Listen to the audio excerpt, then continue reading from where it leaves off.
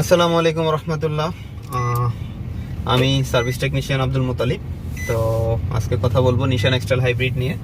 আমরা এই গাড়িটা গিয়ার বক্স রিপেয়ার করেছিলাম।